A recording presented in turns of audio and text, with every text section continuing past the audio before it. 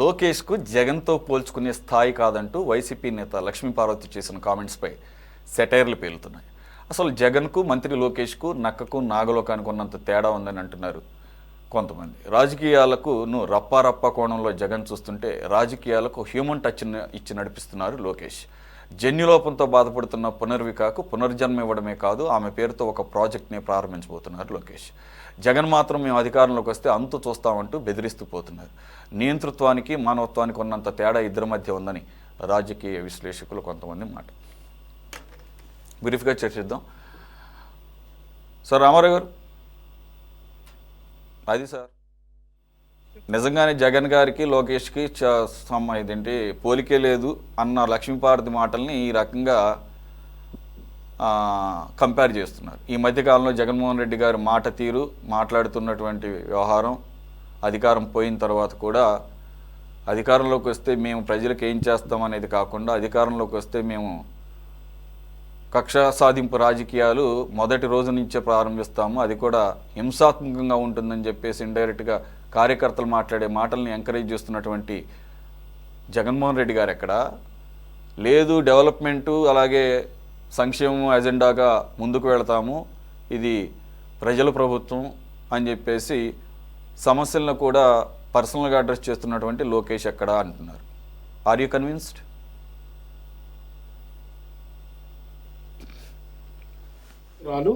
చాలా తెలివి కలిగినటువంటి మహిళ. మనం చూసాం చంద్రబాబు నాయుడు గారు కూడా ఆ రోజు లక్ష్మీపార్వతి గారి చుట్టూ ఆయన తిరిగి కొంత వ్యవహారాలు నడుపుకున్నటువంటి పరిస్థితి కూడా మనకు తెలుసు. అందుకనే లక్ష్మీపార్వతి గారికి ఆ కుటుంబాల్లో ఎవరి నైజం ఏంటి, ఎవరి స్వరూపం ఏంటి, ఎవరు టాలెంట్ ఏంటనే తెలుసు. లక్ష్మీపార్వతి గారు చాలా సభల్లో లోకేష్ గారి గురించి కూడా మాట్లాడటం జరిగింది. ఆ మంగళగిరిని ఆయన మందలగిరి అంటున్నటువంటి సందర్భాన్ని కూడా చాలా సమావేశంలో ఆమె అది ముందు అది నేర్చుకోరా బాబు అని చెప్పినటువంటి పరిస్థితి ఉంది. మనవాడు అది నేర్చుకొని సలహాలు ఇచ్చినటువంటి పరిస్థితి ఉంది. అంటే ఆ రోజు ఉన్నటువంటి పరిస్థితులు, ఆయన యొక్క నాలెడ్జ్ మీద ఆమెకు ఉన్నటువంటి అవగాహన ప్రకారం ఆమె మాట్లాడింది. ఈ రోజు కూడా జగన్మోహన్ రెడ్డి గారి అంశం సోషల్ మీడియా ఓపెన్ చేస్తే జగన్మోహన్ రెడ్డి గారి మీద అంతకన్నా ఎక్కువ ఉన్నాయి. ఆయన ఈ మధ్యకాలంలో మాట్లాడిన ఏది గంప కొత్త ఇట్లాంటి మాటలు ఇంకా చాలా ఉన్నాయి కాబట్టి అవన్నీ పక్కన పెడదాం, కాసేపు వదిలేసండి అవి.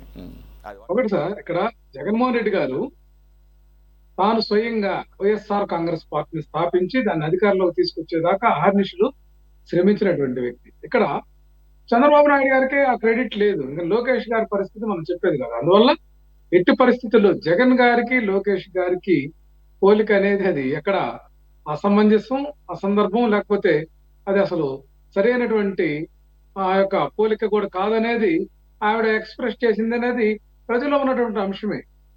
లోకేష్ అంశం ఏంటంటే తండ్రి చాటుగా ఎదుగుతూ ఖచ్చితంగా ఆయన ఏదైతే చంద్రబాబు నాయుడు గారి కోరిక ఉంది, తన యొక్క కుమారుడిని ముఖ్యమంత్రిగా కూర్చోబెట్టడానికి ఆయన చేయనటువంటి సాధన లేదు, ఆయన చేయనటువంటి ప్రయోగాలు కానీ అతన్ని ఏదో ఖచ్చితంగా ముఖ్యమంత్రి చేయాలనేటువంటి ఆలోచన విధానంతో ఉప ముఖ్యమంత్రిగా చేయాలని చెప్పేసి రకరకాల ఫెయిలర్లు, అతను ఆ ఫెయిలర్లతోటి అతని యొక్క స్ట్రేచర్ని పెంచాలని తాపత్రయపడుతున్నటువంటి విధానం మనకు కనిపిస్తా ఉంది.